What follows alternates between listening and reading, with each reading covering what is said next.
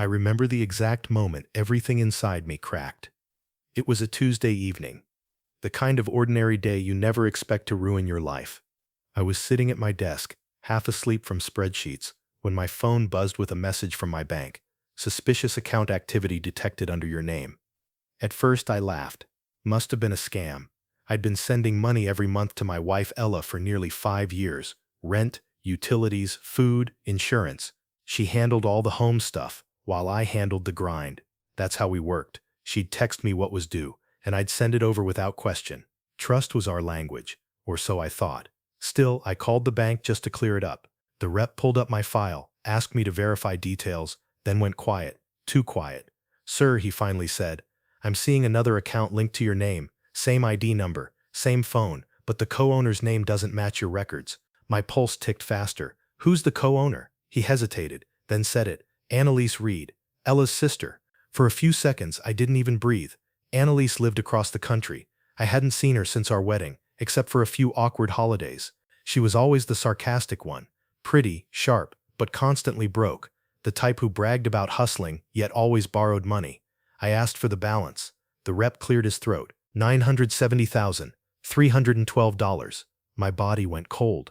He said it like it was just a number, but in my head it echoed. Almost $1 million.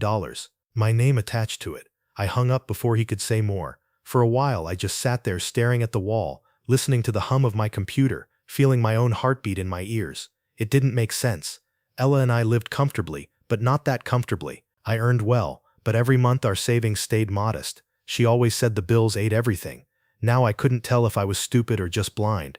That night I drove home slower than usual. The city lights blurred through the windshield, each one slicing through the storm in my head. I replayed every little thing she'd said over the years. "Babe, electricity went up again. The car insurance doubled. Mom needs a little help this month." All of it delivered with that sweet, tired smile that made me want to protect her. When I walked into the house, she was in the kitchen chopping vegetables, music playing softly. She turned, smiled. "Hey, you're home early." I stared at her hands, steady, confident, capable of lies I hadn't seen before. "Yeah," I said. "Long day." I didn't confront her that night. I needed proof, not emotion. Emotion was how people lose. While she slept, I sat in the living room with my laptop and logged into my online banking portal. There it was, my name duplicated, tied to a second account number I'd never opened. The transaction history was buried under layers of privacy settings, but I saw regular deposits, large ones. $7,000 here, $12,000 there. The same days I'd transferred bill money to Ella. Every payment I'd ever made to my wife had been quietly split. Half went to our joint account, half to that ghost account she shared with Annalise. She'd been siphoning me for years. I remember whispering, "Why, Ella?" into the quiet dark, like maybe the walls would answer. But they didn't. They just echoed it back. Over the next few days I played along, sent her the usual transfers, laughed at her jokes, kissed her goodnight. But inside, something had shifted, the way your body tenses before a storm you know is coming. Then came the message that changed everything. An email from the bank's fraud department. "We've frozen the secondary account pending verification of identity." And in that instant, I realized something crucial. Ella didn't know yet, so I waited.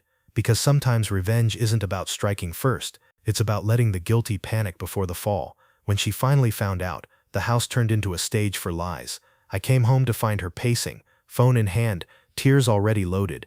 "They froze my account, baby," she cried. "They think I did something wrong. Can you call them, please?" "My account," she said. "Not our account."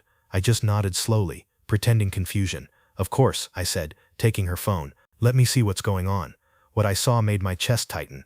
A half-written message to her sister. "Delete everything. He's asking questions." She froze when she realized I'd read it. Her lips parted, words dying in her throat. That was the moment I stopped loving her. I handed her phone back gently, smiled the same way she had all those years while stealing from me, and said, "I'll handle it," because she had no idea that I already had. That was the night I started the plan. Not out of rage, but precision. If she thought she could lie her way through this, she'd learn what it felt like to lose everything she built on betrayal. The next morning, sunlight hit the kitchen tiles like nothing had happened. Ella stood by the counter, stirring coffee, pretending to be calm, but her hands told the truth. They trembled just slightly. I noticed everything now. I sat opposite her, sipping my own cup, acting like it was just another quiet start. "You okay?" I asked. She smiled, A cracked, nervous smile. Just stressed. You know, bills and stuff. Bills. That word used to mean trust. Now it sounded like poison. I left for work early, but instead of driving to the office, I parked 2 blocks away and opened my laptop. The first thing I did was hire a private investigator, someone discreet. Within hours, he found the paperwork. The account under my name was forged using a copy of my ID, and the co-owner's signature matched her sister's. It wasn't sloppy, it was deliberate. They'd used my trust as currency. Then came the real discovery: Annalise's online activity, multiple luxury orders, vacations, designer handbags, paid for through that same account. She was living the life my wife told me we couldn't afford. I kept my expression neutral that night. We ate dinner in silence, the kind of silence that stretches too long, like the soundproof padding before a scream. She talked about maybe moving somewhere cheaper, and asked if I could send her more next month. I looked her right in the eye and said softly, "Of course, whatever you need." Because now I needed her to trust me. The next few weeks were a performance. I acted like the loving husband again. Sweet texts, random flowers, weekend plans. She started to relax, even hum in the mornings. But behind the curtain, I was rewriting every detail of our lives. First, I opened a new account, this time in my mother's name, and rerouted my salary there. Then I started withdrawing little by little from our joint account, just enough that she wouldn't notice at first. Next, I contacted a friend in IT. He helped me trace her phone backups. There they were, message threads between her and Annalise. Dozens. He has no clue. I'll send half after he transfers the next one. When we hit 1 million, I'm gone. Every line burned. Gone where? Without me. With my money. I read until my hands shook. That night, while she slept, I backed up everything: messages, bank logs, screenshots, into an encrypted folder labeled vacation photos. It wasn't rage that kept me awake. It was clarity. I realized I didn't want to confront her yet. I wanted her to reveal herself in front of everyone. One Friday evening, I told her I'd gotten a bonus from work. She lit up instantly. "Really? How much?" "Enough to pay off everything," I said with a smile. "Let's have a little celebration this weekend. Invite your sister too." Her eyes flashed, just for a second. Fear, surprise, greed, but she nodded. "Sure. Annalise would love that." That Saturday, the sisters arrived dressed like they were stepping into a magazine shoot. Expensive perfume, perfect hair. Annalise hugged me with that fake, sugary tone she always used. "Wow, it's been ages. I heard you've been doing so well." I laughed politely, poured drinks, and waited. The night started light. Food, music, laughter. But under the table, my recorder was running, synced to the hidden camera inside the photo frame on the shelf. I'd arranged every piece of the room to look natural, but everything was bait. Midway through dinner, I leaned back and said casually, "You know, I've been thinking of opening another joint account, one just for savings. Ella, maybe you and Annalise could help me manage it." Her fork froze. Annalise's smile stiffened. They exchanged a quick glance, too quick. Then Annalise laughed. "Oh no, I'm terrible with money." I smiled back. "Really? Because I heard you're great at it. Almost 1 million great." Silence. Ella's hand dropped. Annalise went pale. "What are you talking about?" she stammered. I stood, pulled out my phone and tapped play. Their messages filled the room. Their voices, their plans, their greed, all of it. The laughter vanished. "You used me," I said quietly. "You took what I built, what I trusted, and turned it into a joke." Ella's eyes welled up instantly. "It's not like that, please." I cut her off. "No, it's exactly like that." I walked to the door, opened it, and motioned to the 2 officers waiting outside. They stepped in, calm but firm. "I already filed the report," I said. "Forgery, identity theft, embezzlement. Oh, and money laundering. Your sister's online business wasn't as hidden as she thought." Ella started sobbing, reaching out. "Please, we can fix this." I took a step back. "You fixed everything before I ever had a chance to notice."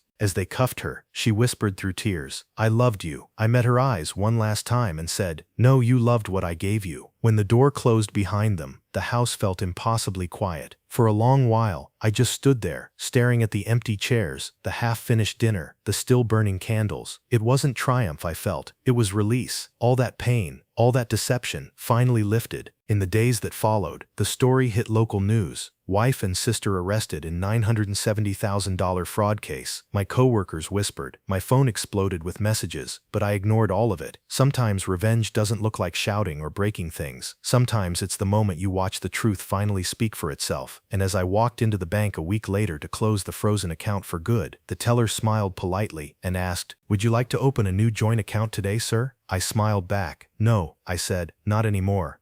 For the first time in months, I slept through the night.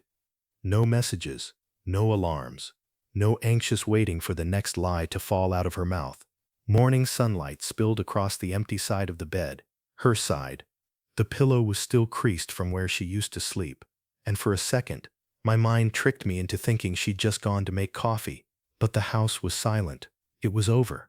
I stood there for a long while, just listening to the hum of the refrigerator and the faint tick of the wall clock. The kind of silence that used to drive me mad now felt peaceful. It meant I was free. I walked into the living room and found the photo frame, the one that had caught every word, every whisper, every betrayal. I took it down and turned it in my hands. In the photo, we were smiling, both of us younger, innocent. She was wearing that blue dress she loved.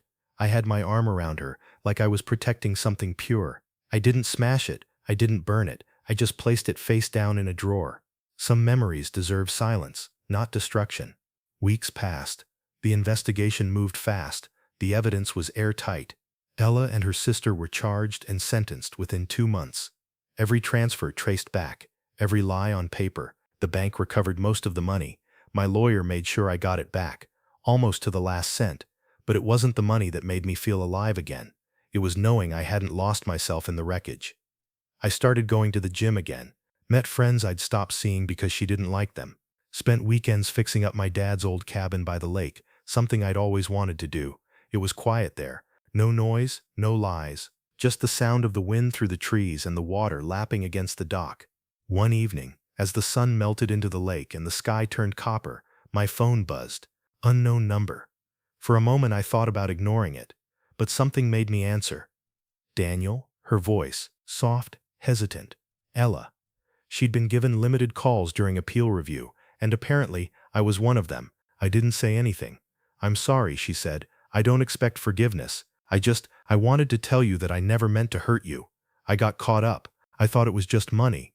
But, I cut in quietly. You thought it was money. But it was trust. You stole the only thing you can't buy back. Silence. Then a soft sob. I know. She hung up before I could say anything else. And strangely, I felt no anger. Just peace. Because when someone destroys their own life, you don't need revenge anymore. You just need to walk away. A few months later, I found myself back at that same bank.